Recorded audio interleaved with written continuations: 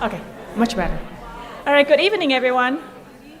Okay, all right. So welcome to our September Board of Education meeting. It's actually the first meeting after we started the school year. For now, I would like everyone to please stand for the pledge, please.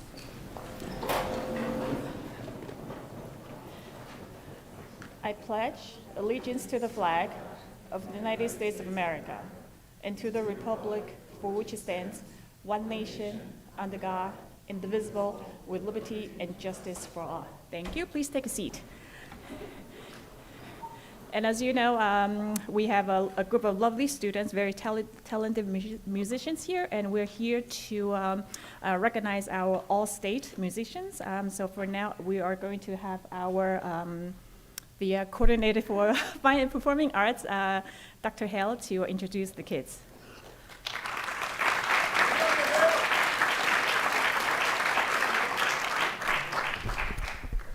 Thank you, Ms. Cheng, and the Board of Education, and Dr. Rogers, for this opportunity to recognize true musical excellence. The achievement of these students tonight is a result of a journey that began 8 years ago, and in some cases more. This achievement is the product of a community that values and supports the arts, incredible parents who went the extra mile, a world-class music faculty, but most importantly, the dedication of our incredible students. It's a result of persistence, hard work, artistry, and an unfailing love of the craft.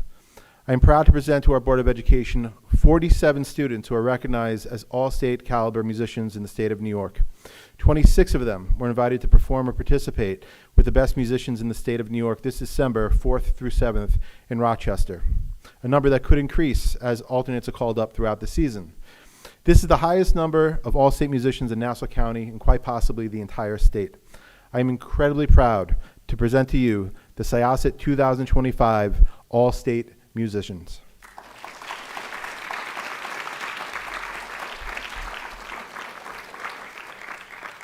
So students, when I call your name, please come to the risers. We're going to start at the top riser, yes, and be recognized for your truly outstanding achievement. Beginning with Gianna Affatato, violin. Elliot B., tenor. Aiden Chantemson, violin. Daniel Chen, violin. Michelle Chen, cello. Haley Chi, clarinet. Catherine Fay, flute. Jason Feldman, composition and songwriting. Joe Funatomi, clarinet. Sam Gerson, bass, voice. Abigail Ho, violin. Ethan Hong, tenor voice. Derek Wang, violin. Emma Huang, violin.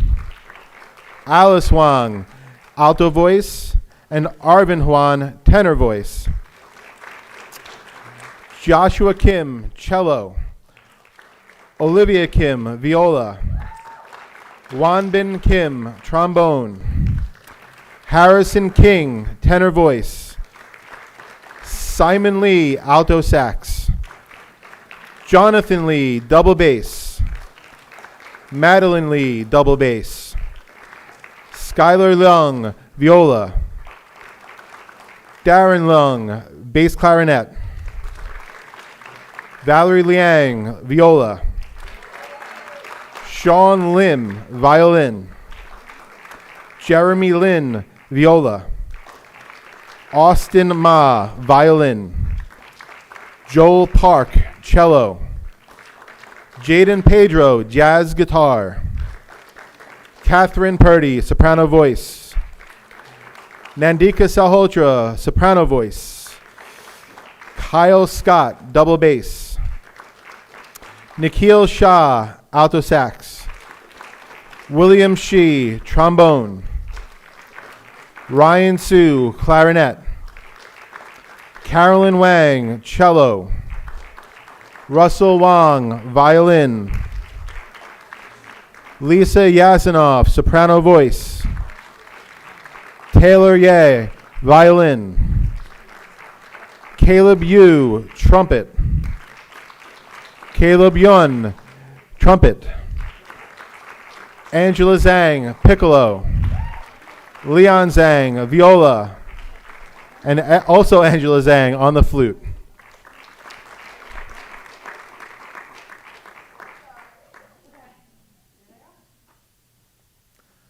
And since you're on the Choral Rises, you'll be expected to sing.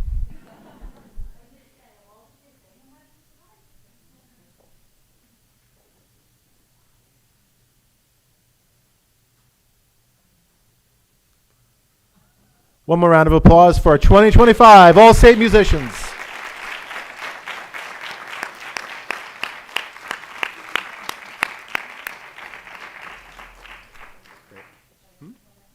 What's that? Yeah, you can leave them now.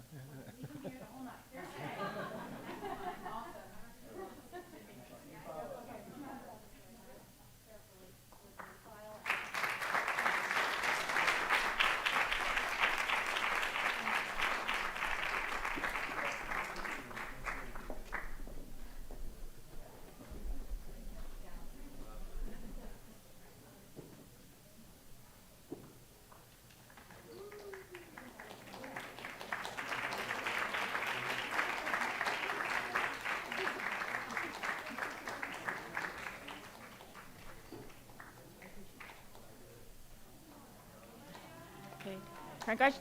Congratulations to these talented musicians again. I see that the musicians are exiting, and if parents, you're more than welcome to stay for our Board of Education meeting. If not, this is your perfect chance to make your graceful exit.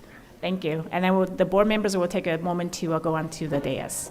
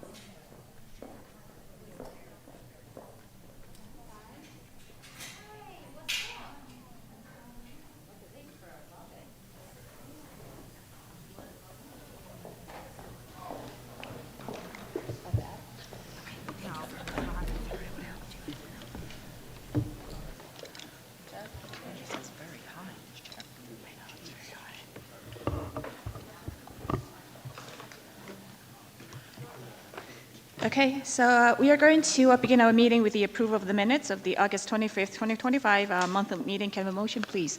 Mr. Rotolo, seconded by Ms. Abramson. Are there any questions? All in favor? Opposed? Any abstentions? And Dr. Rufo, can we have the treasurer's report and appropriations adjustments, please? Yes, as indicated in the treasurer's report, the cash on hand for the month end July 2025 was $70,122,457.25.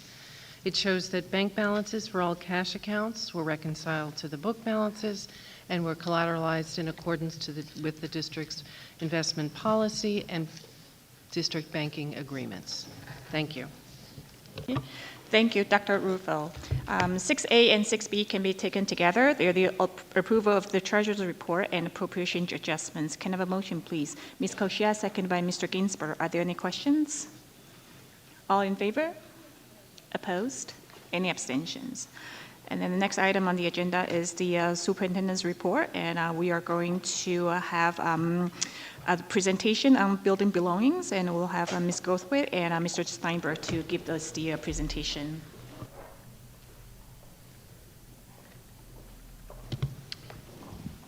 While they're approaching the podium, I'll just say welcome back to all the members of our community whose kids have started the school year. We're hoping that they're having a wonderful school year. One of the things that the school district has been deeply engaged in over the course of the last several years is really working on reinforcing our sense of community. We're a wonderfully diverse community, but we are one community. And we have initiatives from the earliest of ages to our high school students where we're trying to build their sense of belonging and their sense of being part of a community that's greater than themselves. So I know that this is one of the goals. I'll talk a little bit more about the board's new goals in a little bit. But I wanted to get right into the presentation so we can talk about some of the changes that we've made since last year and how we're working on deepening this work with our students. So with that, I'll turn it over to Ms. Erin Goldthwaite, who is our Assistant Superintendent for Pupil Personnel Services, or as she says to the students whenever we meet with them, I'm the person that makes sure you get all the help you need.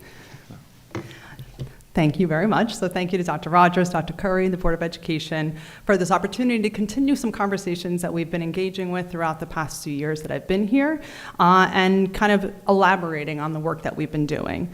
Tonight we're going to focus on not only opening doors to build community, which is a presentation that we highlighted for you last year, but on how when we open those doors, we're also building opportunities for belonging. In previous presentations, you've heard us highlight things like how we've increased our mental health support and staff, which we're going to focus on shortly, which has allowed for a more proactive social emotional support to be embedded within our school systems. In particular, at the elementary schools, we have SEL blocks where we're able to embed that support in the 6-day cycle. And it's here where we shared in the past how our teachers and social workers have worked collaboratively together to be able to engage in lessons and proactive skills that focus on our social emotional core competencies of self-awareness, self-management, being able to work and collaboratively, positively with relationship building and making responsible decisions. We've done that through some foundational support in our Harmony programs and our Ovea's bullying prevention programs. And just this summer, we actually had an elementary curriculum team that worked on identifying key skills in supporting a lot of the social emotional learning and identifying then and creating lessons for teachers to use in the classroom by building a Google website. So that is a lot of the work that we've been able to focus on and continue to enhance at the elementary level.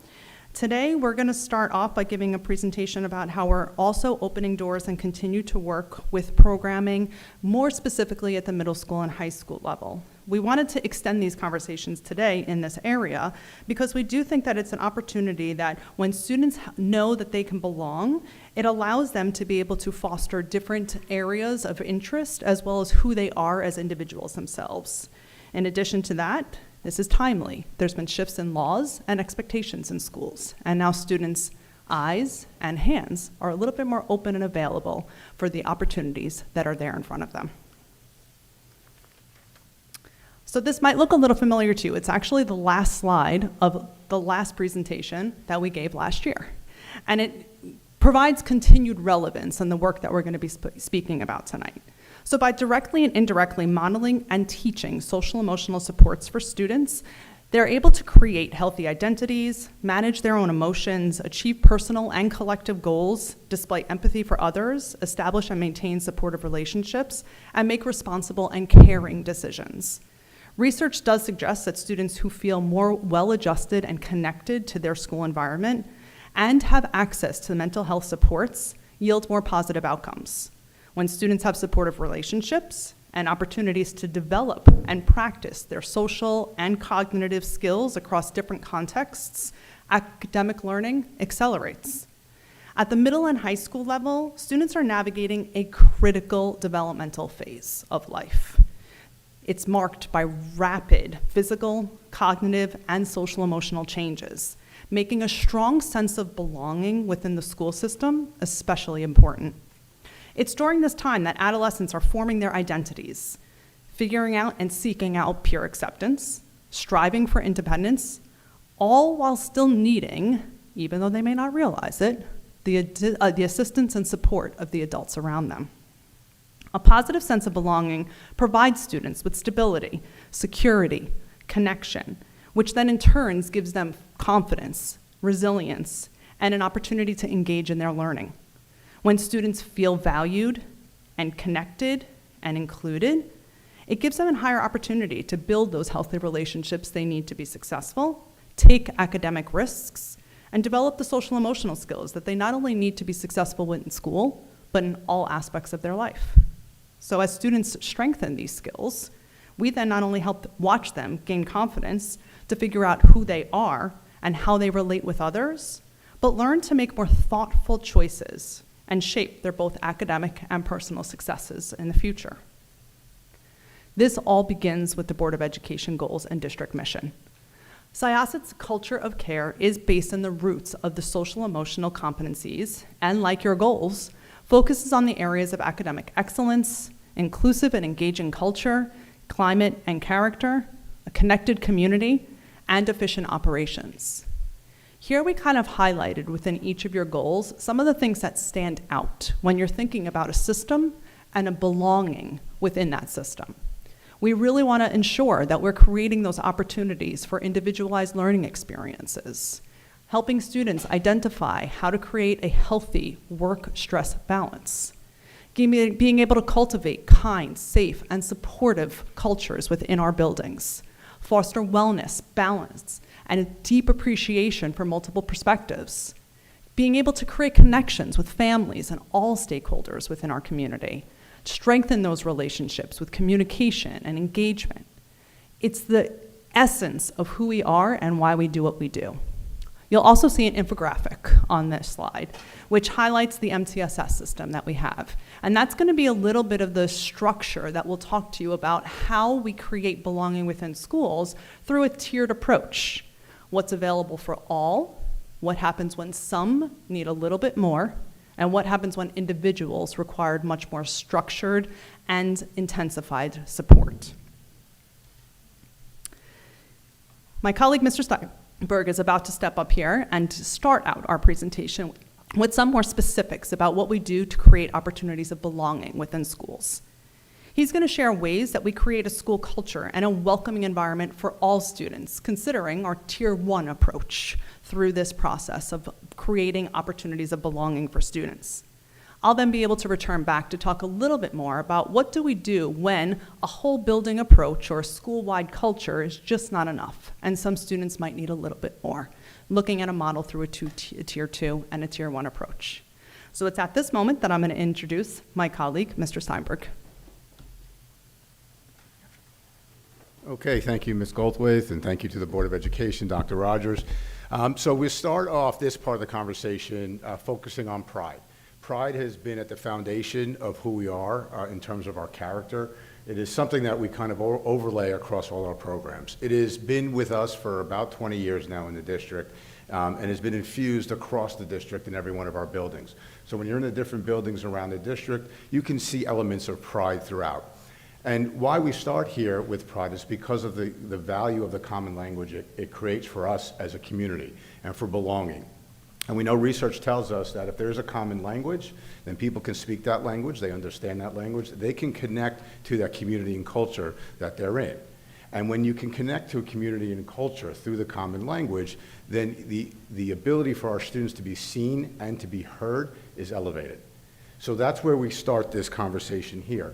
We continue talking about sort of the overall school program and the learning experiences that we create. And why do we create these varied learning experiences? Well, first off, we need to provide choice for our students. They need choice so they can begin to experiment with their likes and their dislikes and begin to find where their passions may lie.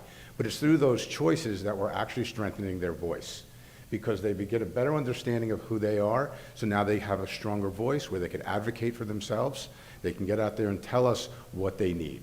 And that's empowering them, and that speaks to giving them their agency and allowing them to have that agency as they move through. So when you have all of these different programs, which we'll get into a conversation in a bit about, the students step into these programs, and this is where now they have voice, they have choice. Now they start to build relationships. They start connecting within the community. They connect around like interests. So they'll go and participate in different activities, and that's where they build these trusted relationships. They build trusted peer relationships. This is where they get introduced to coaches and advisors and teachers, where they can start building those trusted relationships, and they start to foster having a trusted adult in a space. So you can see how slowly they begin to now start belonging into the school community. No matter the age that they come to us, no matter the school that they're in, this is standard practice that what goes on. All of this leads to them being able to affirm their own identity, because now they have a confidence in who they are. So they start to feel better about who they are, and they begin to see themselves. So when we look at the overall school program, when we look at, let's say, the middle and the high school program, the middle schools have over 60 course offerings. The high school has over 300 course offerings at the high school alone. And what that provides the students to do is to now interact with the curriculum in a way that helps them to now further affirm who they are. And the work that you have heard us report on before is that we are in a continuous cycle of reviewing curricular work, so that we ensure that the materials that are being put in front of the students are materials that mean something to them. They speak to them. They can connect with those materials. Just as a side, we had a project this summer where our choral teachers were rewriting some of the choral program to ensure that they were including non-Western influences in some of the choral selections. And that was an upgrade. And that's just an example of the kind of curriculum work that goes on to ensure that as our student population evolves, that a curriculum is evolving with them as well. So they feel as if when they're sitting in their classes, it speaks to them. And it's something that they can connect to, and it gives them that sense of belonging. And that's what happens inside the classroom. And then outside the classroom, we have over 200 clubs and groups between the two middle schools and the high schools. And we say it, we often repeat it, is that there's something for everybody here in Syosset. And when there's not something for somebody, we'll do everything we can to create that something, to create that anchor point, to create that opportunity for a student to connect with their school. And so having those clubs and activities in all of these courses is all by design to help the students to feel comfortable. Now, we know that there are some points in the student's career where it's a little bit more anxiety producing. It could be those transition years. So it could be the 5 to 6, the 8 to 9. So we do spend a lot of time within that program to ensure students are feeling comfortable. So as you're aware, we run a number of different orientations where students are visiting the schools that they're going to be going to. They're interacting with the older students who they're going to be seeing. The 8th graders will be visiting the high school once again this year in December. We'll have an opportunity to feel what high school feels like, and to be able to engage with some teachers and learn about some of the elective courses as well. So all of these programs are put in place so that students have multiple opportunities where they can feel like they're welcome. Even our athletic fields, we have over 120 athletic teams. We have 1/4 of our student body are athletes, and with a lot of those students playing multiple sports. So there's high levels of engagement with our extracurricular athletic program that keeps our students here. We saw how many all-state musicians we had this evening, and that's because of the musical opportunities students have in this school to connect and find those ways to do that. And then on top of all that, there's the school-wide programming that happens. All of our schools are no place for hate schools. And so we reinforce these values of pride as we're going through this. Just recently, the high school, during their superintendent's conference day, did a whole afternoon session on pride, where the teachers came together and they discussed how they can actually do a better job of modeling pride within the classroom. What does it look like inside the classroom from a teacher's perspective? And so these are the kinds of conversations and the kind of work that happens so that we're ensuring that on the Tier 1, on the school-wide basis, that we're providing students with every opportunity to connect and feel like they belong within the school. And so when that doesn't happen for all kids, because not every one of our students will come in and feel that way right away, and some of them do need additional support along the way to help them feel like they have a place here with us. So that's where I'll invite Ms. Goldthwait to come back up and talk to us a little bit more about what those targeted supports may look like.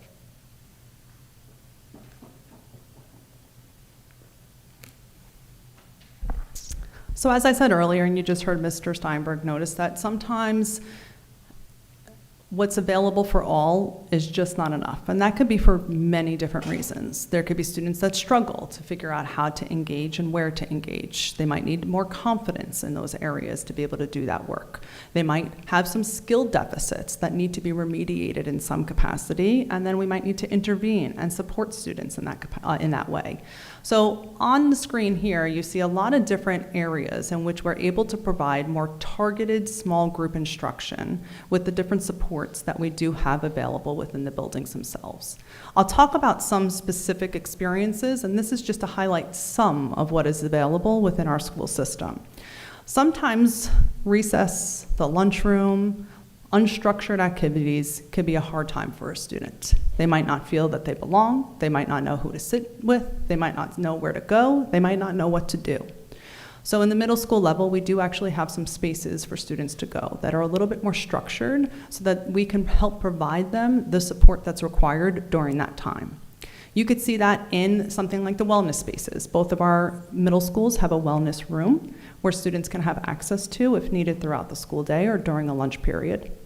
During lunchtime as well, there are some lunchtime nooks. So the administration will find empty classrooms and make them be available during a lunchtime period where maybe a small group activity can happen, and it's monitored by a teacher that might be on lunch duty in that time period or a monitor that might be available. There's also lunchtime workshops that are available where students might seek access to being able to go and get additional support that they may need. That's just something that's available, and we're really excited because moving forward into the future, we're also looking to build these spaces in our high school with our new Guidance Resource Center. Sometimes we might need to intervene in these moments, and just providing a space is not enough. We need to provide skills, strategies, and interventions. And it's when we identify trends that we could start to build those opportunities of what we call MTSS, kind of small group counseling support. They'll typically take place anywhere from 6 to 8 weeks with our either psychologists, social workers, or guidance counselors. Well, they'll work directly with students in areas that they may be struggling with. This is something that's ever changing and developing because we like to look at the students to help us know what is it that they need support with. At times, it might mean that they have an executive functioning small group that they work on, where different people can nominate, or even parents might say, my child's struggling in this area, and the different professionals will bring small groups together to be able to provide some skill instruction on that topic. Same thing could be true for things like testing anxiety and test-taking skills. Sometimes we have things like friendship groups that might be created, or a boys group that might be created for students that might need a little extra support during these unstructured time periods. And it's here where we can utilize those interventions and strategy and skill-based approach to be able to support students in that model. We also have, definitely at the middle and secondary level, new entrant groups. We have a lot of students who move into the district here, and sometimes they may be moving in middle school and high school. So we do have new entrant groups where our school social workers and guidance counselors will come together and work with our new entrants to A, connect them to peers, and B, help them connect to one another to help them navigate being in a new space in a new place. Also, we do provide lots of different opportunities where we could provide parents some feedback on what to do and how to support their students in different times of life. Our PTAs organize and provide different areas of support, and we do have a partnership with Northwell Health that provides free parent workshop sessions.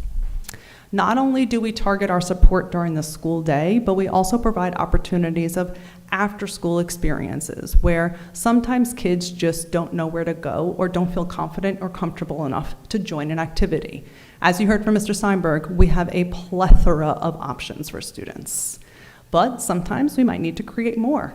So what do we do when that happens? We'd be able to figure out those things that might be missing and offer opportunities to build new programs. Some examples of that can include more specialized clubs for students who struggle with social skills, like serendipity or dancing days. We might have students who want to have a cultural connection and make different multicultural clubs, or Unite Club, or GSA.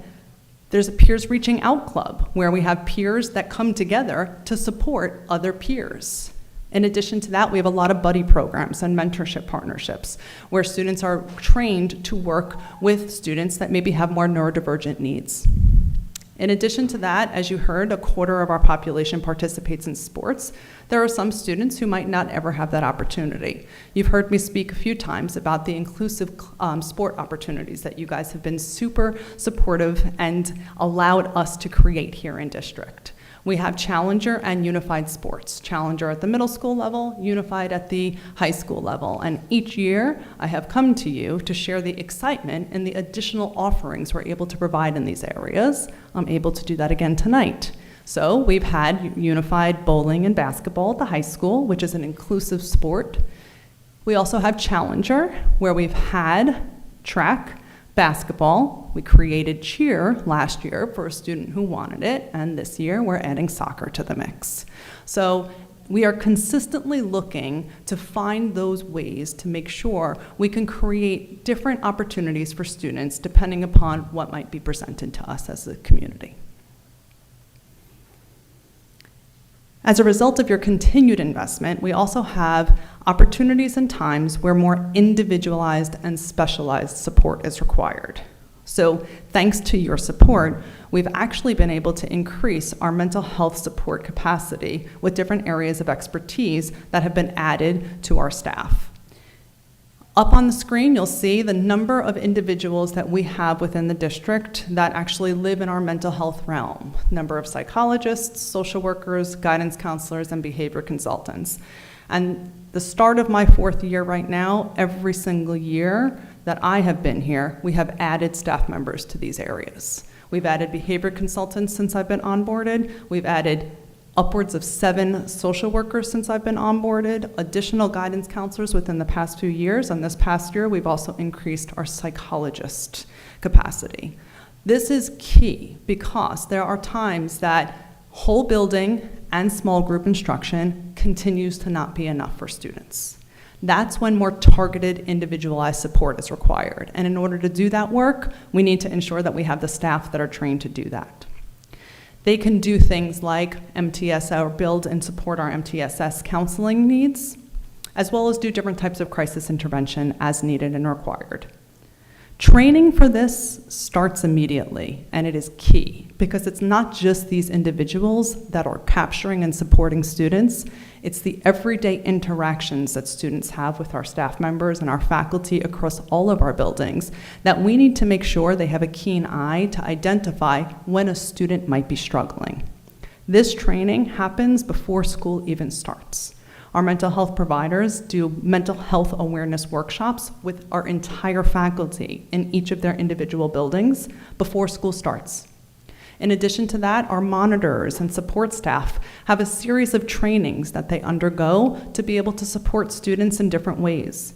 These trainings can include working with neurodivergent students, managing and supporting conflict, and creating a positive social environment for students. This type of training is constant, ongoing, and when we identify new areas of training need, we embed it. So these are areas that we continue to grow and develop and continue to provide opportunities of training to the staff members that are working with our students every day. In an effort of preparation for this presentation, Mr. Steinberg and I met with our principals, and we actually learned of a story of where this was happening in action, where just that week, one of the school monitors went to the guidance department and spoke about a student they observed struggling during a lunch period. That student was then able to get different ways of support just because we were able to identify an opportunity of need. That happens consistently in our buildings, and it is something that we continue to look to grow and enhance as time goes on. One of the things I do want to point out, and I think is extremely important, is we can't always do this work alone. We need to have partnerships. There are times students don't want to share their concerns. There are times that students don't want people to know that they may be struggling, but they maybe feel comfortable coming home and sharing that feeling with family. It's through connections with families that we can provide support to students when we don't know that there's a struggle that's happening.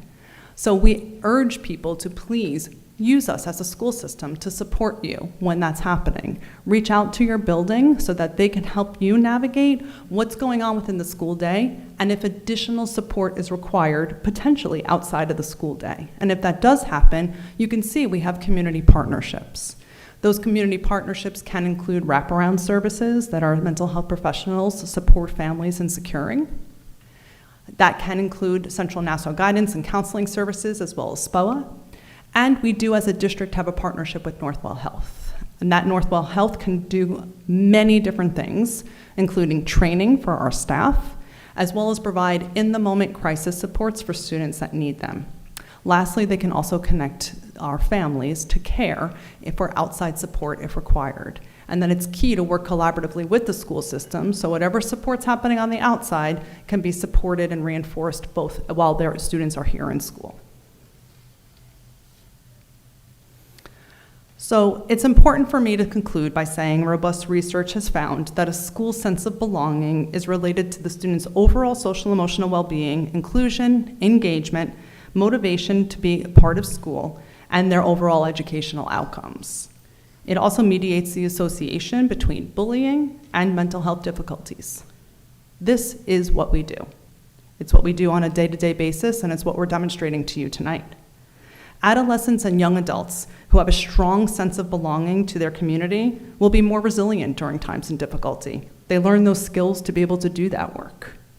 This is why we focus on belonging, and we come together as a community to address the ever-changing needs of the students that they present.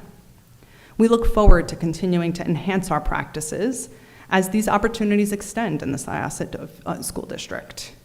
These are not just additional programs, they're not just additional experiences that we're building. It's a system-wide statement that all students belong. Thank you.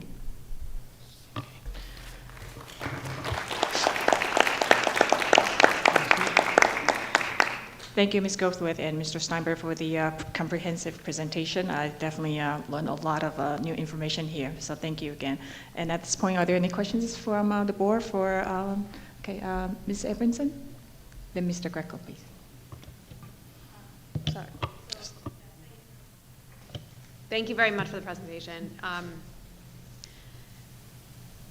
So where to begin? But like we talked a little bit about connecting relationships, and we also talked about clubs and things like that. In the elementary school, they do have some lunch clubs. In the high school, they do clubs after school because it's not by grade.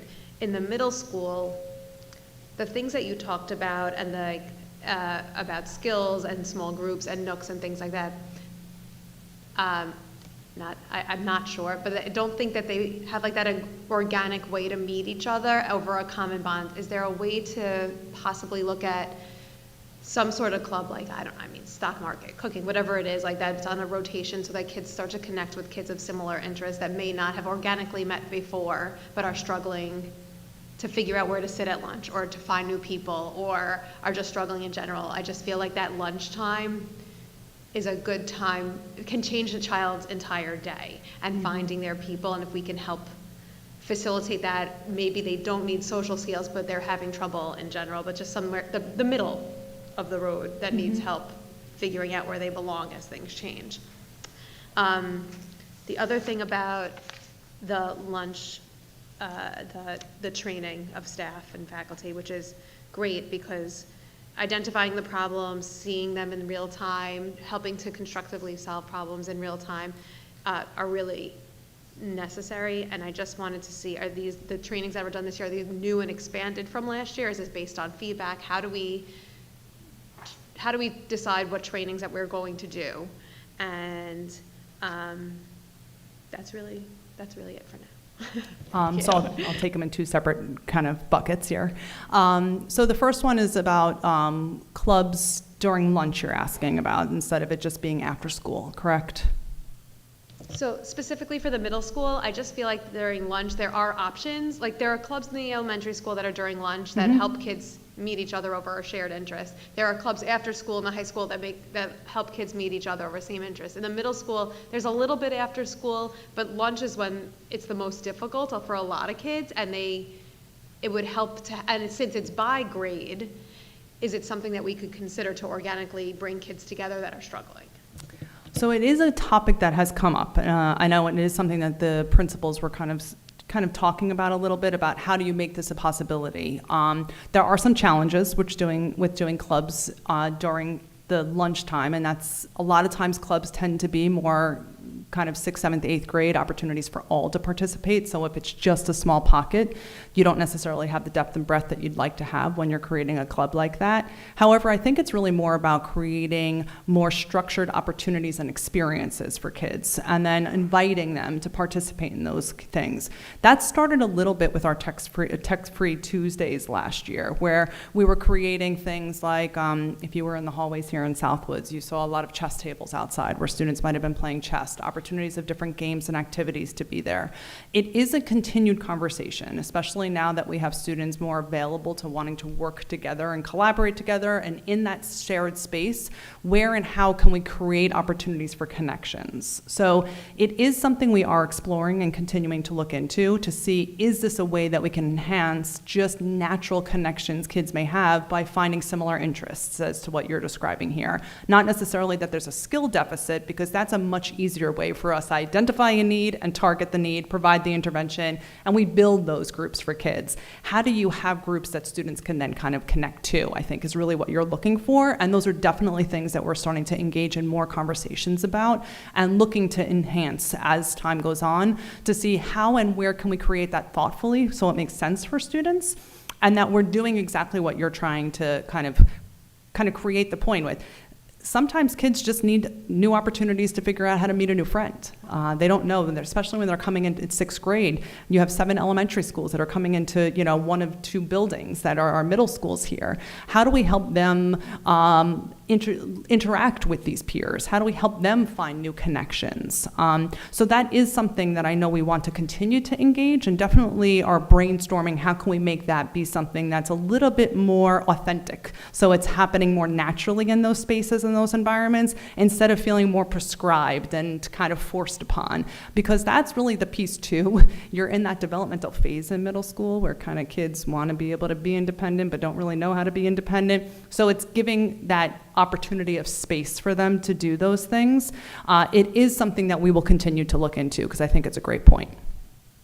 The training on the other side of things, that has actually grown over time. A lot of it might come from an identified area of need, where maybe we're hearing different feedback about one consistent concern that might be coming up, and then we identify, well, what training do we need to put in place to identify that area of concern? So one such example can be, how can you be able to help students if they're maybe in conflict, and what are ways that you can appropriately interact with that? How do you help promote inclusivity and not exclusionary practices, which unfortunately you see at times, especially at that middle school level. So how do we help provide the language and opportunities to create those spaces? So some are new trainings, some have trainings that our staff have always been a part of. For example, the training on working with different neurodivergent students actually came out of parent feedback in SEPTA. And then became more a school-wide approach to be able to provide that training. So it comes from different ways and different reasons, and it's something that we're always looking to develop and enhance.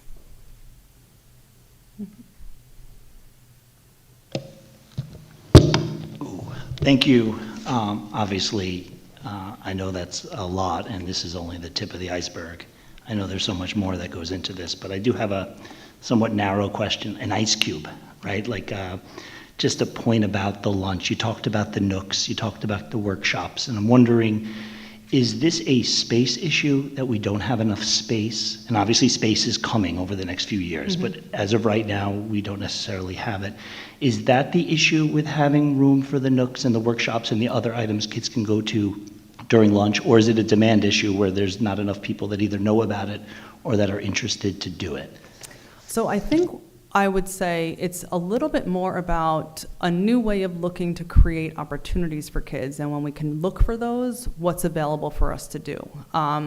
So the nooks that we are created, it's finding what's an available space within the building during that period. It might change in different periods for the kids, because one classroom might be open one period and another classroom might be open the next period. So it's not the same for each period.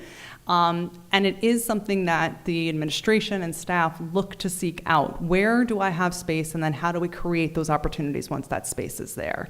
And I would say it's not a manpower piece. We have teachers that are there to support our students during the cafeteria. We have our monitors that are there to support students in the cafeteria. So it would just be, if we have a small group going to a different space, you have an individual that goes to that same space as well. So that is a little bit of a newer way of making sure that we provide smaller opportunities for students, and it's something that we've been talking about more and more, especially as we were leading toward the idea that phones wouldn't be used or technology wouldn't be used. How do we create those opportunities for students to have those smaller, more structured experiences and activities to help facilitate social engagement? In the high school, we're creating those spaces right now because that's something that is a challenge. And space is a challenge in the high school, hence why we are creating and looking to build a space where that can be something that students can go to. So our larger wellness space in general is going to have multiple spaces for students to engage with, both smaller and larger, if the cafeteria happens to be too much, and or if they just need smaller spaces to go to be able to engage socially. So that is our focus in the upcoming year at the high school setting. Are there any more questions? Okay, Ms. Falco. Thank you so much. It was such a great presentation. I just kind of wanted to piggyback on what Lynn said a little bit. Because SIAS is so large, which is great because there's so many kids to pick from, I think there's a lot of kids who wind up getting lost, who aren't necessarily struggling with social skills, but who are lost nevertheless, that they, for whatever reason, haven't found their group of friends or don't have those connections.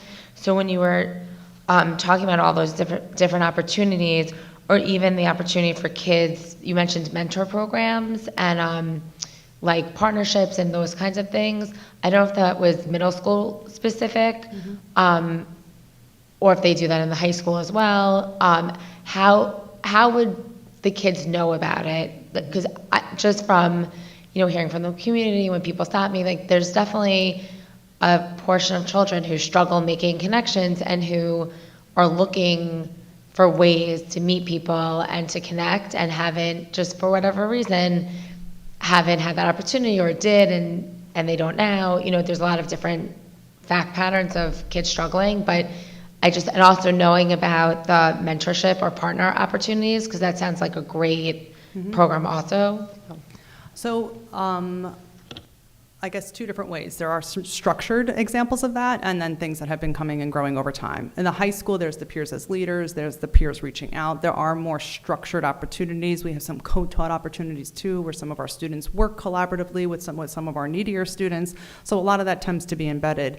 When it comes to like the buddy programs in the middle school, it is a little bit newer, and a lot of it is coming from like staff recommendations. So recognizing and identifying students that demonstrate respect, empathy, and finding opportunities of where maybe they need to be a role model to others. So that is something that has kind of been developing over time, and is something that is available. I think what I want to flip a little bit, and you're going to laugh at me, I think a little bit right now, is I don't like to look at this as these students are lost. They're not lost. They just haven't figured out the comfort and the space to be able to engage. So when that happens, I would like to say look at it through that tiered approach through MTSS. We have a lot of staff members that are here to support students. So first prong, if you look at tier 1, reach out to your guidance counselor. That's a great way for families to feel connected to the school, to share some of their concerns about what might be going on with the student. And then in a very organic way, a guidance counselor can help maybe make those connections about, let's look at the club list here. Is there anything that looks interesting to you? So having that facilitated partner in school can be a game changer, I think, at times. And sometimes it's just about opening that door up, engaging in that conversation, and then allowing the individuals that are in the building to support students do their magic in those moments. And sometimes that's hard, because we want to give our students, as a parent, I want to give my children the ability to be able to figure out how to navigate that on their own. Many of us are probably used to hearing, don't call the school, I don't want you to call school, don't ask for this, I don't want help. But we need to also recognize that sometimes students, while they may want to be independent during these developmental years, they still require adult support and intervention. So how can we do that collaboratively in safe ways so kids feel understood, and then build the courage to not be kind of lost, but to find the space that maybe they can belong. So it does take time, it does take effort, and these are not quick fixes. These are constant conversations that have to happen, and sometimes the first try might not work. It might mean we need to try again. So, and that's the hard part. It's building that frustration tolerance up of knowing that maybe the first time I try to engage in something, it might not be the right fit for me, but it doesn't mean I shouldn't stop trying. And how can we build that kind of cheerleading group around a child so they feel confident to continue to do that work? Ms. Koshia and then Mr. Cole. Thank you to the two of you for your presentation. This is just a quick question. For the middle school, for the lunchtime workshops or lunch nooks, how would children who, let's say, are eating lunch, depending on what their period is, if the classrooms change, how would the children know where to go? Is that, how is it publicized to them so that they know there is a different opportunity that they can attend one of these? So I would have to turn around to the principals behind me here, but I do believe it is something that is kind of shared with the students on a consistent basis. There's a lot of staff members in those in that lunchroom at that time. So students know that they can go to those places. They have to ask for permission to go to those places. So there is a way, but we can get back to you in the sense of what that specifically looks like, unless they want to help me and yell behind me. I don't want to put anybody on the spot. You can totally get back to me on it. I was just curious so that we know that the kids have the opportunity. I know you guys do a great job. I'm not questioning that, but I think it's just something that's, for people to know. How would my child know that these things are going on? Thank you. Mr. Ginsburg. Hi, thank you, obviously, for that. I'm going to piggyback on what was just said, just how the students and how the parents would know with this targeted small groups what's going on. I guess she basically stole my thunder there, but I was going to ask that. So, you can get back to us, though. Thanks. And definitely reaching out to the building, right? So if you're not sure of what's available, ask, because that also could be a good conversation that you can then facilitate at home. So if you're not really sure what's available, it's hard to help kids or your children navigate what that may look like. So it might be kind of reaching out to building administration or a teacher that your student feels connected to. It might be reaching out to your guidance counselor. So kind of learning what's available and then reinforcing that at home. The two-prong approach is really best. Nikhil? Thank you. It was a really great presentation. This is not so much a question, but I just wanted to offer the board a little insight on what we're doing on the student end of things in the high school to foster that sense of belonging during free periods, during lunch periods. Student government is now working on getting board games like chess and card games like Uno offered to students in the cafeteria during lunch periods, because we understand that without devices now, students might lack a crutch when they feel excluded. So we're looking to ask our peer leaders that may or may not be in those lunch periods, peer leaders, members of student government, or student leaders in the school to organize these types of games, whether it's Uno, whether it's chess, Monopoly. That might take too long, but just to give younger students, maybe, or students that have felt a little excluded, a place where they can belong. And while it may not be structured by adults at the moment, we're hoping that our student leaders will step up in the high school and foster that sense of belonging. And we love to work with administration in the future on getting adults involved to structure that in the high school as well. That's great to know. Any more questions? Okay, Ms. Valco. I love that. You guys are amazing. I think it's even better if it's structured by the kids, and I think giving kids a place to go when they're feeling excluded is like amazing. So thank you guys for being so on top of it. Is there anything we can do to help provide them with the games that they may need, like Uno and card games and chess games, to make it easier for them to engage other kids? Well, I think actually obtaining the games right now hasn't been so much of an issue with student government. We have a pretty hefty budget that we can use to get those games. Right now we're more working on how do we store those games and make sure they're returned to the place that they were put in the first place, and make sure that there's no damage to the games. But we're working on that, and we'll work with lunch monitors to make sure that that's all fluid and it's organized well. But thank you. I also phoned a friend, and Mr. Steinberg allowed the phone to come through. So the combination of how students know about this is it can be mentioned in Google Classroom, but Advisory, which I probably should have known, is the place where a lot of this is spoken about. So in Advisory, which are like small group families, multi-grade level, supported by all our faculty within the buildings, these are all the topics, some of the topics that are spoken about. So those are those safe spaces that also, not only do we highlight and build opportunities of belonging there, but provide information to students as needed. Mm-hmm. Thank you again. Okay, any more questions? Oh, good. All right, thank you again. Thank you, Ms. Goldthwait, Mr. Steinberg. Next, we're going to have Dr. Wojcik come and do two presentations. Dr. Wojcik is responsible for all of our federal grant programs to make sure that they're allocated in accordance with federal law. And we've started a new year of our UPK. We're now several years into the UPK program. I had the pleasure of going to one of our UPK sites to meet with the staff there and also welcome students to their day in the morning. We have as the board knows, UPK has been a new initiative of the school district, underwritten by a state grant, completely underwritten by a state grant, which is an incredible benefit to members of the community who are taking advantage of the program. And as we have gone through this with each successive year, we've gotten deeper into improving the pre-K program that we offer by focusing on the staff, the facilities, and the curriculum that's being offered to our students. So there are a number of advantages that come from this, and now that we're really hitting our stride with the program, I think we have some nice successes to share with you. And the broader opportunity here is that because so many of our young people are in the UPK program, we have a much better sense of who the learners are that are coming to us in kindergarten, and that just means we're even better prepared to serve them when they arrive. So with that, Dr. Wojcik, are you ready?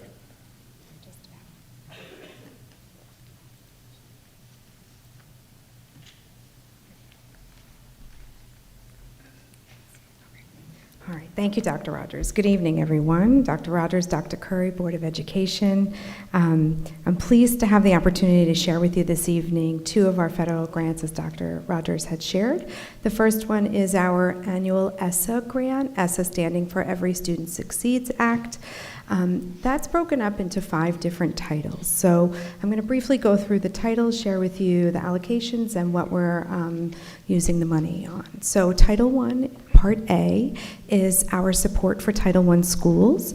So through grade span grouping, which is through K to 5, our highest Title I schools are determined by our low-income family ratios. Those are Robbins Lane, South Grove, and Bayless. That funding in the amount of $220,292 is going to be allocated for partial salaries for our DLs in those Title I schools to support the learning and literacy learning that takes place there. Additionally, part of our funding goes to Mercy First, which is a neglected youth reserve facility that is within Syosset's boundaries. And then we also do a set-aside for Homeless Reserve that we have used in the past to provide snacks and food for students who are our McKinney-Vento students here in Syosset. Title I Part D goes directly to our neglected and delinquent program, Mercy First. So they are intending to use the allocation of $46,201 for academic remediation, vocational skills, tutoring for the students who attend Mercy First, as well as supplies for their building maintenance classes. Title II is, Part A is for supporting effective instruction, and that allocation is $90,000, and we use that for our really wonderful and robust mentor program. So it's stipends for our mentor coordinators, and then it's stipends for our mentors to work with our mentees throughout the year. Additionally, we have those stipends for our STEM liaisons at the elementary school, and those STEM liaisons work on high-quality STEM instruction, working with our students for our science fairs, things like that. Additionally, part of that funding is passed through to our non-public schools, our private schools within the district. And there are two that have determined they're going to be part of that allocation this year. St. Edward, they're going to offer professional development on differentiating instruction. And then this year, new to us, Long Island School for the Gifted has moved into the old Our Lady of Mercy campus, and they are also going to be using funding for professional development on differentiating instruction. Title III is broken up into two different parts. One is for our English language learning students, and the other part is for our immigrant students. Both of those fundings, those allocations, are going to be used for partial salaries for our ENL tutors at the middle school level.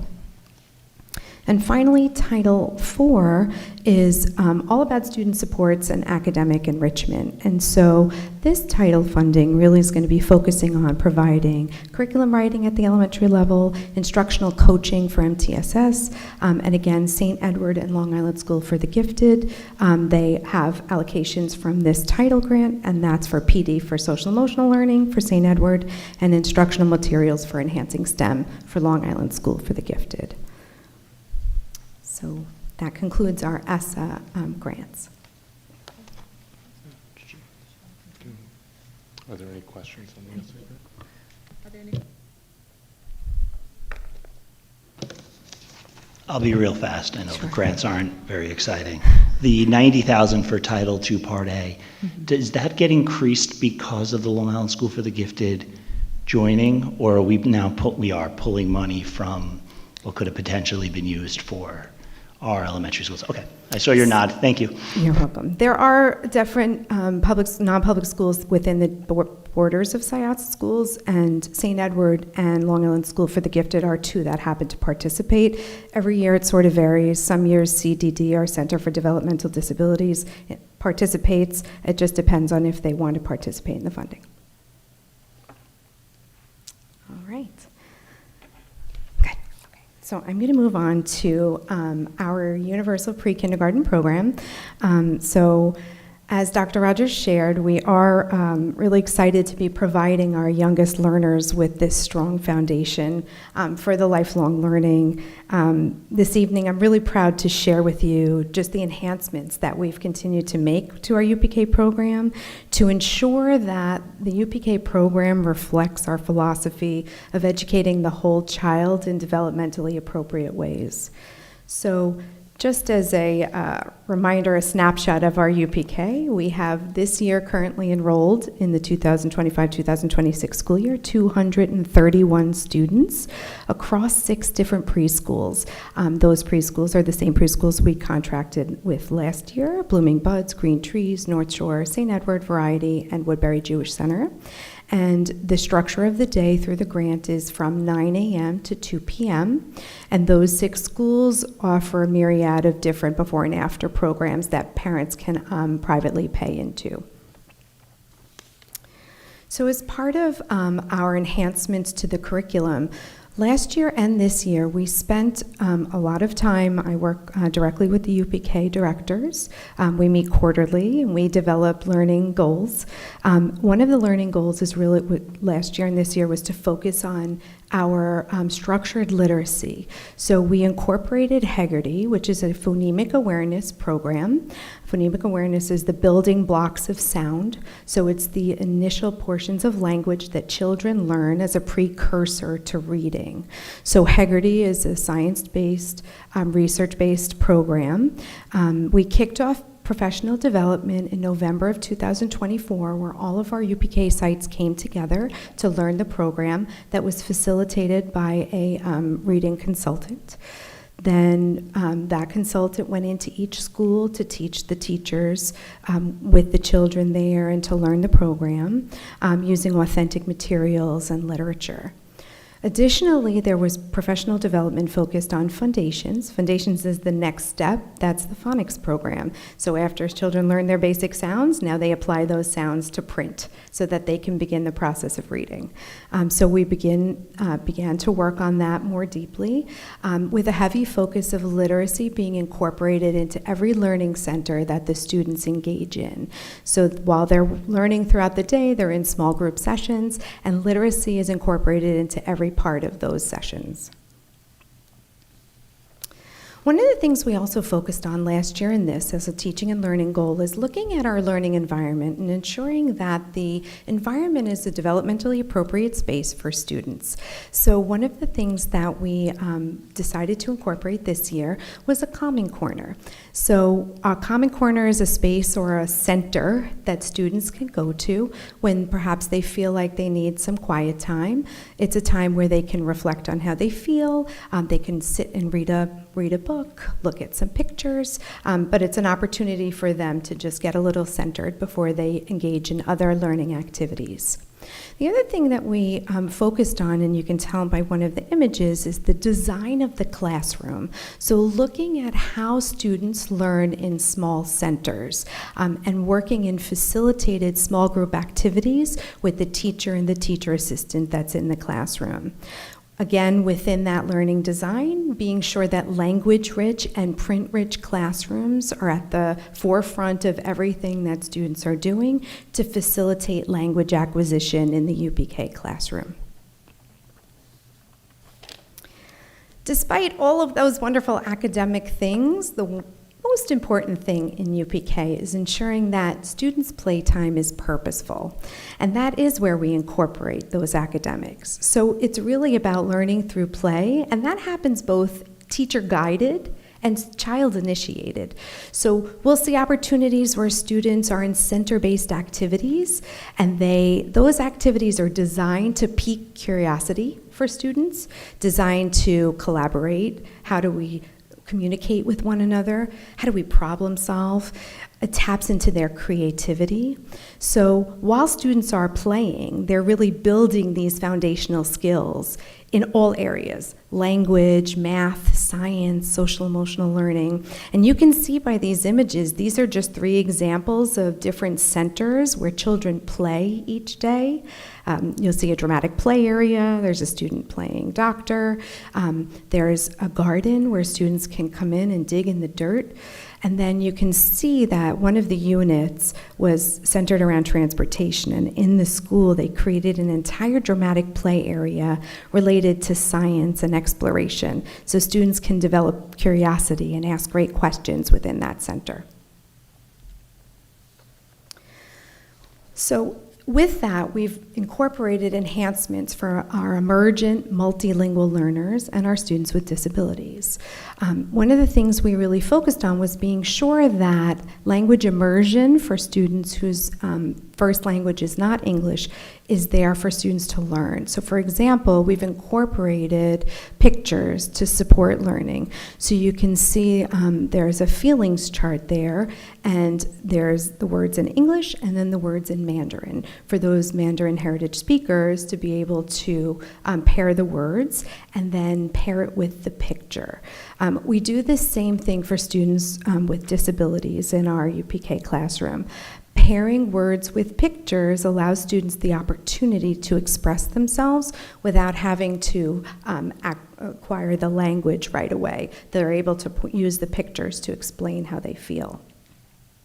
Within that, we've provided professional development opportunities for our UPK teachers on how to support students who are emergent multilingual learners and students with disabilities, also focusing on how to support behavior within the classroom, how to support collaboration for all students, and of course, we have a very strong partnership with our CPSE office here in Syosset with Ms. Purcell. She and I talk often about students in our UPK program who either are students with disabilities or who are at risk for that. And of course, you know, as you heard this evening from Ms. Goldthwait and Mr. Steinberg, creating a sense of belonging at every level is our top priority. So in the UPK classroom, our curriculum nurtures empathy, social emotional connection, and communication among students. And that really is happening by creating an inclusive environment. We bring students' culture into the classroom. Families, our connection with families is extremely important. In our UPK, families come in, They read stories, they participate in activities, they're there for different holidays, Valentine's Day, things like that. And of course, one of the other ways we create a sense of belonging is among the UPK sites and among the UPK teachers. And so you can see a picture here where all of the UPK teachers come together to participate in professional development, share ideas, steal from one another. What do you do for this? What do you do for that? It's a wonderful opportunity to build community amongst our sites. So, as always, we thank you for your continued support, and we're really excited to present to you this evening the enhancements for UPK. Thank you. Okay, thank you, Dr. Wojcik. I have two quick questions.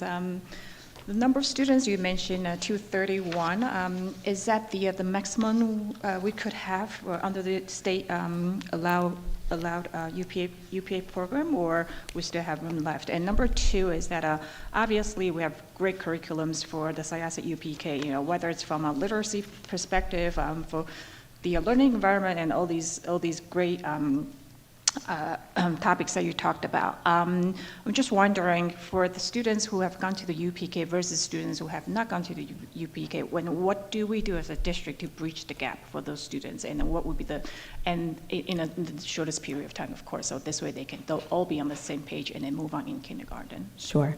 So to answer your first question, there are plenty of seats left. Syosset's allocation is 400 seats. And while we have the room for the seats, families, have signed up 231 of them. So any family who still wants to enter into our universal pre-K is able to do so. So at this point, we have no students on the waiting list. Any family who wanted to join has joined. As far as bridging the gap for students into kindergarten, for either those who have been in UPK or haven't been in UPK, one of the things that our kindergarten teachers do well is learn their students right away as soon as they come in, and they differentiate for each and individual student who presents in front of them. So while our UPK works very closely with the curriculum, our kindergarten has Heggerty that students are seeing in UPK. We design instruction for the students that present in front of us. So if there are students who were not in our UPK or who have not been exposed to the curriculum from our UPK, our kindergarten teachers engage in small group learning so that they can target any student who might need to learn those skills that maybe they didn't learn in a preschool program, or maybe who haven't gone to preschool program before. So our MTSS program also allows for us to look at the data when students are screened to see who needs what, and then from there we provide systems of support for them.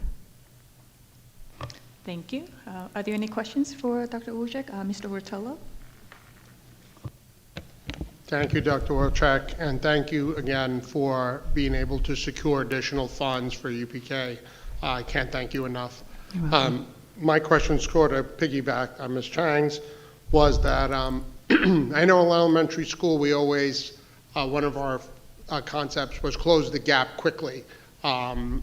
And what I've seen from other districts is they don't have this extensive UPK program to identify challenges earlier on. So kind of along the same line of questioning, how do you feel like when we're identifying them and able to get them services early, that's much more beneficial to close the gap? Absolutely. It's also important to understand, too, that children who are 4, 5, and 6 years old, those levels and abilities, there's a wide variety of students who are developmentally able to do things.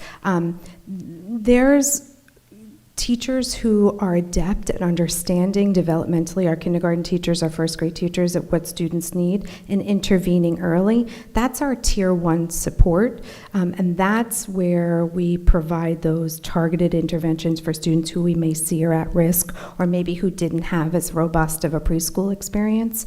And then from there, we intervene, through MTSS at tier 2 or tier 3 if needed.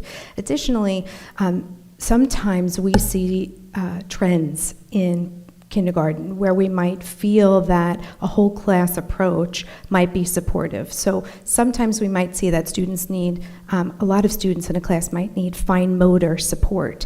And within that, we would have the occupational therapist push into the classroom to do, a certain number of weeks support with the class. And so that's another way that we help to, kind of ameliorate that gap a little bit. Ms. Kochia? Thank you, Dr. Wojcik. Just a question for you about the after-school programs. You had mentioned that the 6 preschools, I believe you said that they each are different. Some offer after-school programs, but some don't. So Is that what I heard? They all offer after-school programs, but some are of varying times. So certain of the preschools have more of an extended time period, but they all do offer some form of before or after care for families. So can a family choose their pre-K based on what they need as far as that service before and after school? And if they can't, is it possible for a family to utilize a, let's say an after-school program at a different preschool? I don't even know how that would be possible unless you had somebody to drive them, but I'm just asking if that's a possibility for families. So our UPK seats are selected by lottery. So when families register, they have the opportunity to rank their choices of UPK in order of what's best fitting their needs as families. One of the things we do for families to help them make their decision when it's time to register, our UPK website has a link to each preschool that we work with. That link to each preschool shares information about each preschool. It does like a little virtual tour, and then it allows families to contact the preschool to learn more information about what fits them best for their needs as far as the school day and then before and after care. Once the lottery takes place, we go through and we assign based on lottery number. I'm happy to report that this year, 87% of our students or in families received their first or second choice in the lottery. And so that really goes a long way to ameliorating some of those concerns about before and after care. However, it is up to the family that if the school that they're in doesn't provide that for them, they could participate in another provider before or after care if they could, manage that. You're welcome. Mr. Ginsburg? Thank you, Dr. Wojcik. So I guess we're way under what we're able to allot for people. Is that going to affect future enrollment or future, are they going to give us less next year? Okay, and is there a better way that we can maybe get the word out, I guess, except for tonight?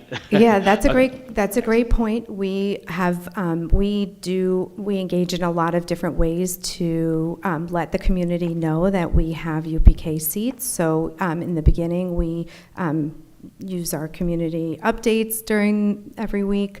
We have little cards that we send home to every single family within the district.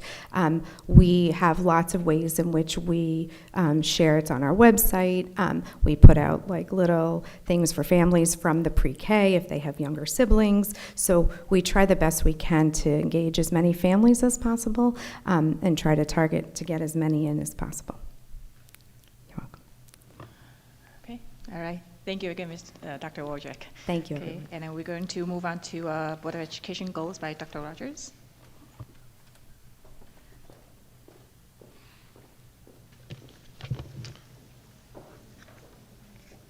Just to bring us all back up to speed, the board worked over the course of this last year, put together refreshed goals. We've had some goals for the district, but the board adopted some goals, formalized those, and worked hard on the language. So we've been doing a lot of work behind the scenes internally to align some of our practices, how we work with the building leadership, both on what they prioritize in the initiatives that they're working through, but also in how we summarize those and report them back to the board. That will find itself woven into things like the Friday update and other analyses of what we're doing, but I thought the board would appreciate seeing already how many of the initiatives that are underway are being shaped by those new goals. So my point here is not to go deep into this, and I certainly won't read all of the things that are on every slide, to illustrate that the board's work is really providing us with a framework, and our job now is to try and find alignment with the work that we're doing. So just to refresh on the goals, and I won't read the detail here, but obviously we're an educational enterprise, and academic excellence is the purpose for our existence. So it's important for us to have an academic excellence goal, and we're always trying to balance maximizing our students' potential while ensuring that they have an experience that they find enjoyable and meaningful and important for the goals that they want to achieve. Second is an inclusive and engaging culture, climate, and character. Obviously, our students are going to become our future leaders, our future community members, wherever they may reside. And we want our students to be a great reflection on the school district, great reflection on their families, great reflection on this community. So we think about helping them navigate through the challenges of childhood and adolescence so that they do build really good character, and they also know how to navigate a very diverse community and a very diverse world. A connected community.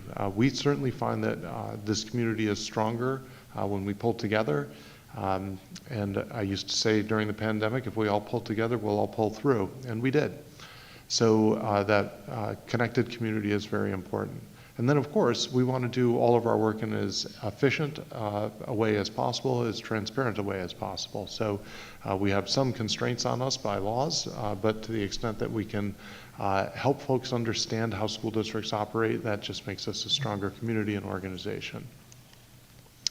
So in the academic excellence area, one of the things that we're going to be spending a lot of time over the course of this year working on is our portrait of a graduate. How are we going to describe the successful SCIOSIC graduate? What is the goal that we're shooting for? The state has outlined what they call a portrait of a graduate, but it doesn't, it lacks sufficient detail in order to really describe what it is that we're working towards. And we'll be talking a lot about our SCIO Inspire learner profile at the elementary level. So our elementary leaders and teachers have been engaged in working through the knowledge and skills that we want our students to leave elementary school with as a foundation for the work that they're going to do when they reach the secondary schools. In special education, we're working a lot on how to use the models that we have for working with our neurodivergent students even better, so that our teachers have more knowledge and skills to serve them. And as we've been reporting to the board over the course of the last year, certainly we see AI as a significant development in every aspect of life, but certainly it won't, education won't be untouched by this. So we want to make sure that we're deeply engaged enough with it that we understand the tools well enough to use them properly and responsibly in schools. With the inclusive, engaging culture, we have worked on developing part of our 9th grade social studies classes to introduce students to their responsibilities as members of the high school community, but also how to think of themselves as members of a larger community, and that civic engagement goal is important for us. So we talked with the board about a year ago about some ideas for how to do that. Our first idea was not our best idea, so you suggested that we go back and iterate. We did iterate, and this is the result of that additional work. At the elementary level, we've done a lot of curriculum writing this summer around positive behavioral interventions that we can do with students. That curriculum writing that we've done is now going to be turnkeyed and become professional development for teachers. But again, we're trying to build the range of skills that they have. The board has supported, and I've been very appreciative of that support.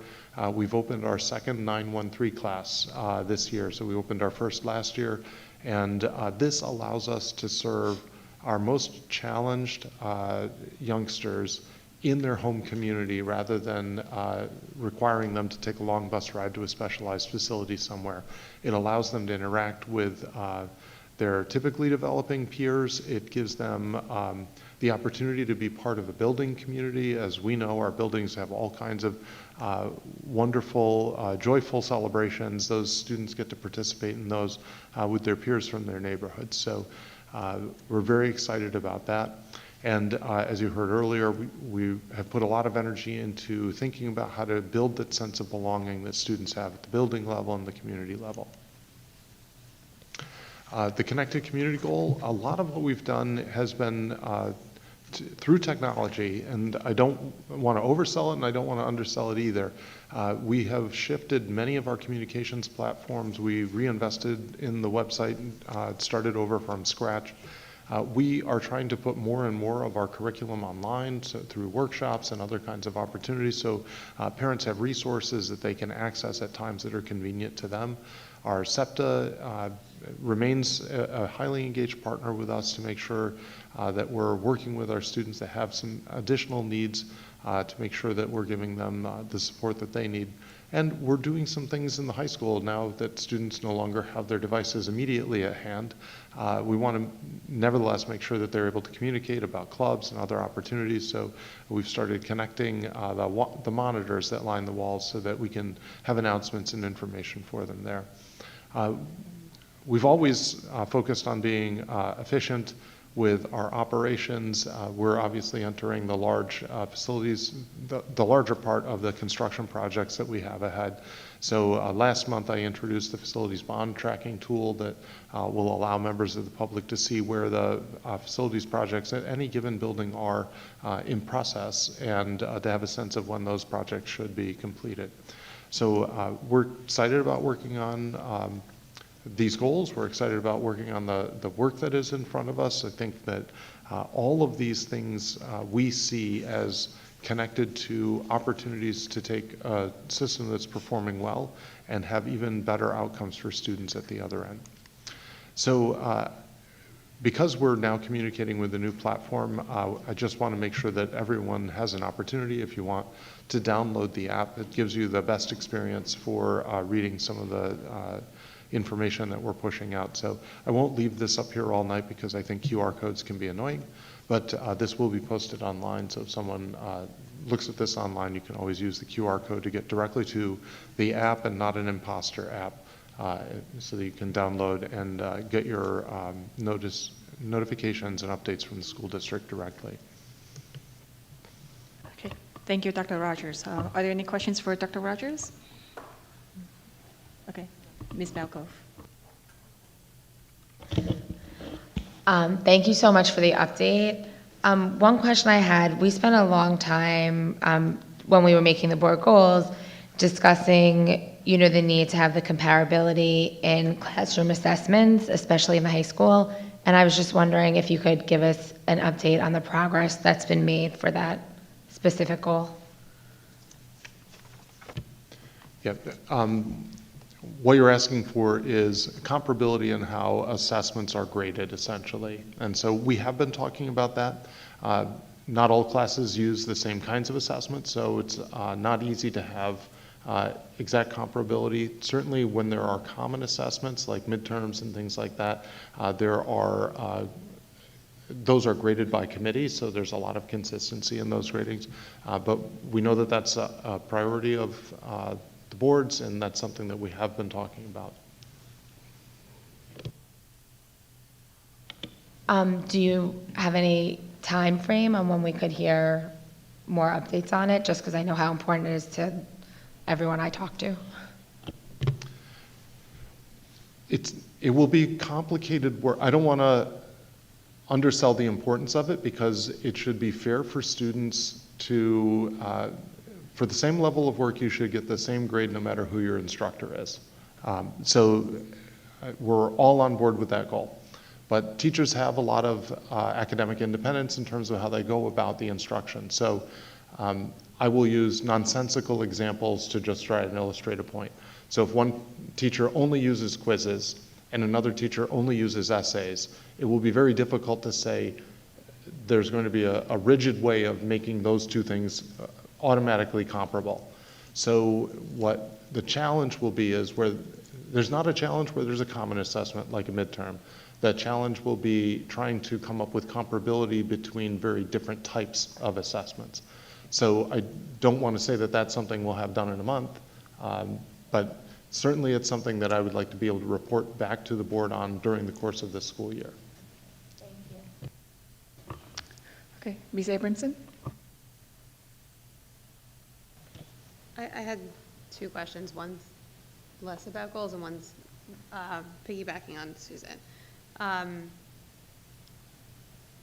see what you're saying about the difficulties, and I agree with that, but I think there are some things that are probably easier. Can we do it in stages maybe? Like, for instance, I know that some teachers do test corrections, or if that becomes the commonplace, or those things are kind of easier to tackle and make universal, so at least it feels like we're moving in a direction. And I know that other things will take a little longer, but maybe even if it's in steps, it can start to feel more equitable. The other thing was, you listed the new regions, the new state science learning standards for earth science, bio, physics, and chemistry. I know earth science and bio, we waited a year before adopting the new one. Is that the same plan for physics and chemistry, or were they implemented immediately? So I'll answer those in the order that you posed them. So we are doing scope and sequence work at the high school now. So part of that is to get to more common descriptions for courses. So I see that leading in the direction that your questions, Ms. Falco's questions, are going for us. So the path we're getting to the goal that we all share will go through this scope and sequence work. So again, I think that's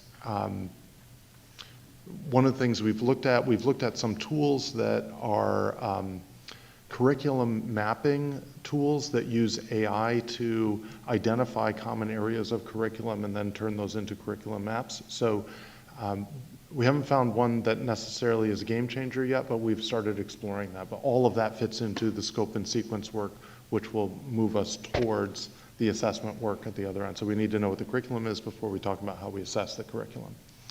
On your second question, so there were some districts that moved more quickly to adopt the new science standards. We were not one of them. The reason for that is, in the past, when the state has updated standards, they have provided a lot of material as to what the assessments will look like, back to assessments. With the science standards, they were reluctant to, I don't know if reluctant is the right word, they simply didn't provide us with a sense of what the assessments were going to look like. So we made the decision to allow the state to go through one assessment cycle so that we would have a chance to see what the new assessments looked like, and that would help us tailor instruction towards those new assessments when they were finally released. So they did offer those assessments in the spring. We had a chance to see those assessments, understand what they look like, and now we're aiming towards those new assessments with the new science standards.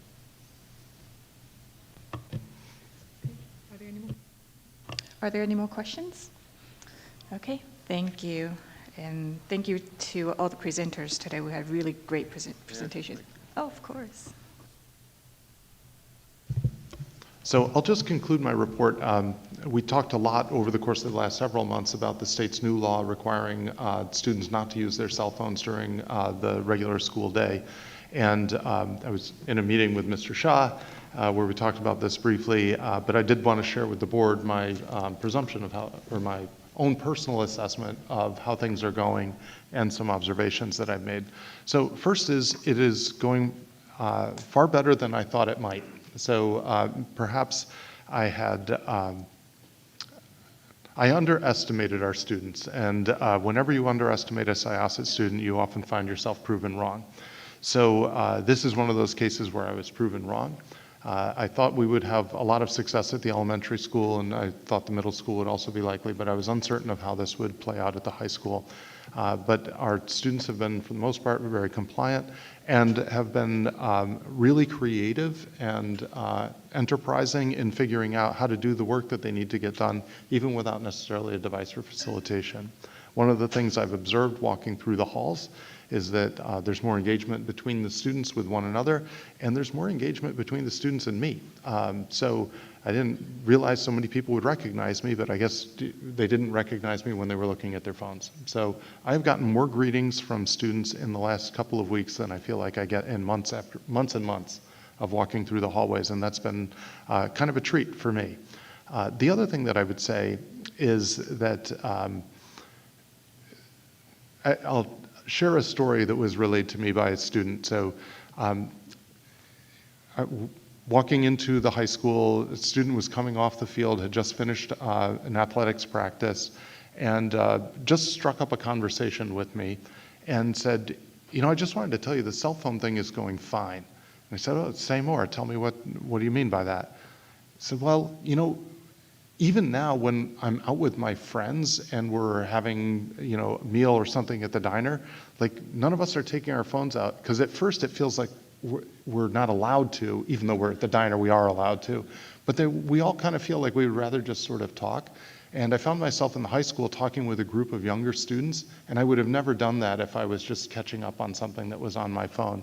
So I actually think it's going really well, and I just wanted to let you know that. So this was a student I had never met before, and if he's watching this board meeting, he'll know exactly who he is.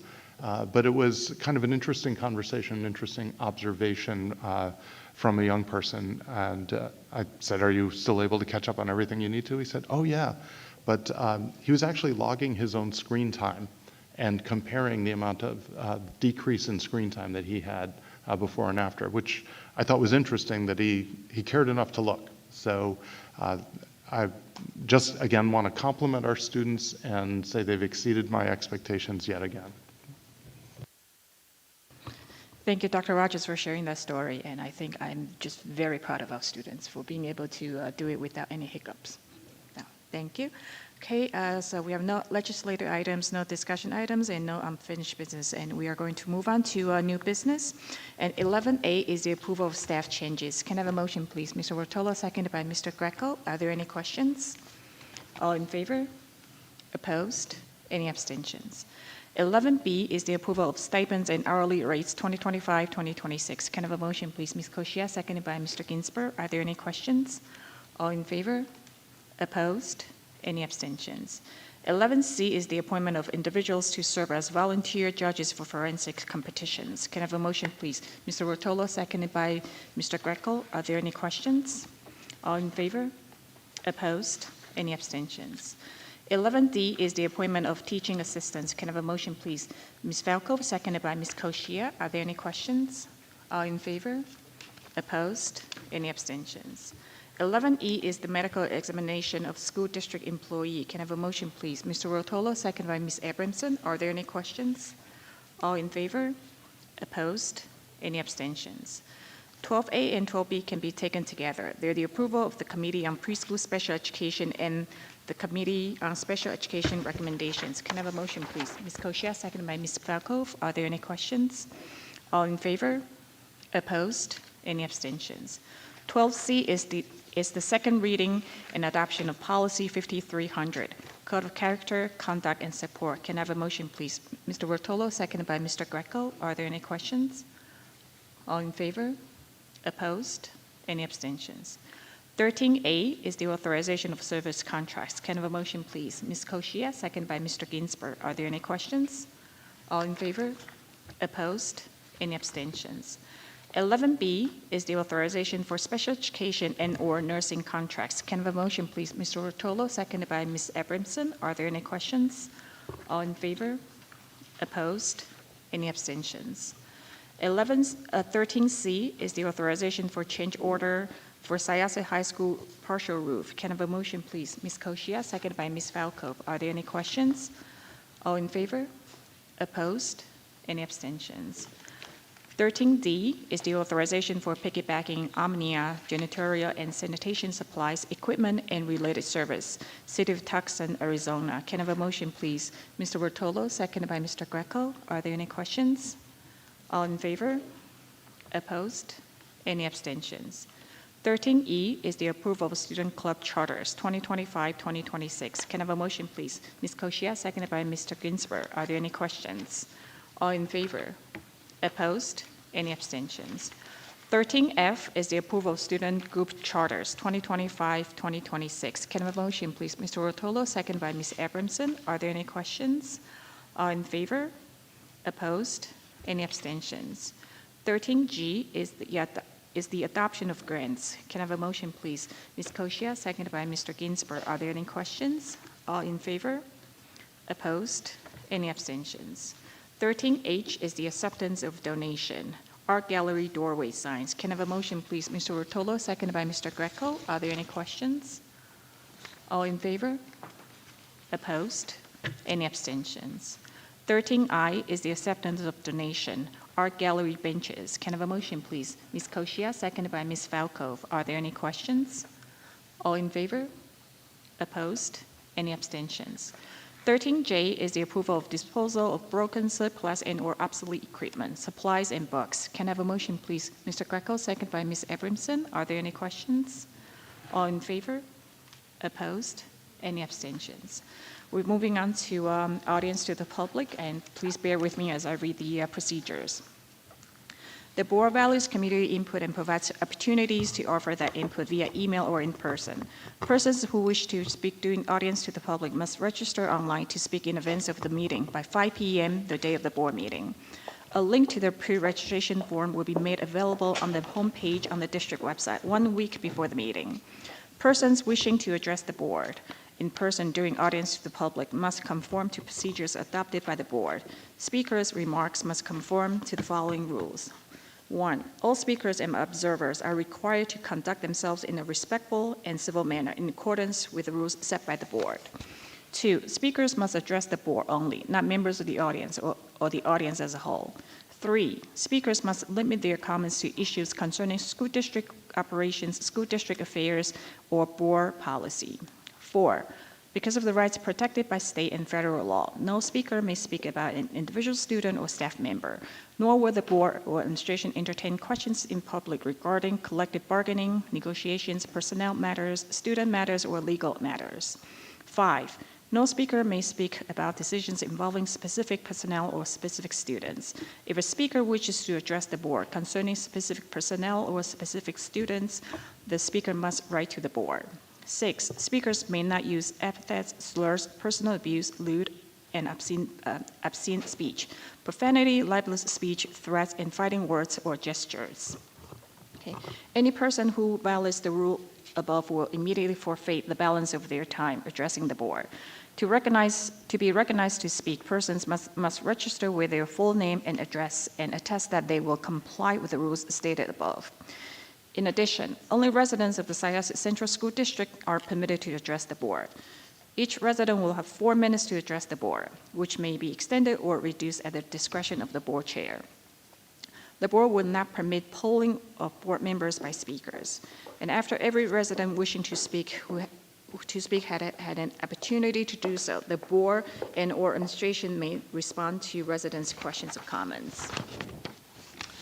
No resident will be permitted to address the board more than once per meeting, and no one may record another member of the public in a manner that is disruptive or confrontational.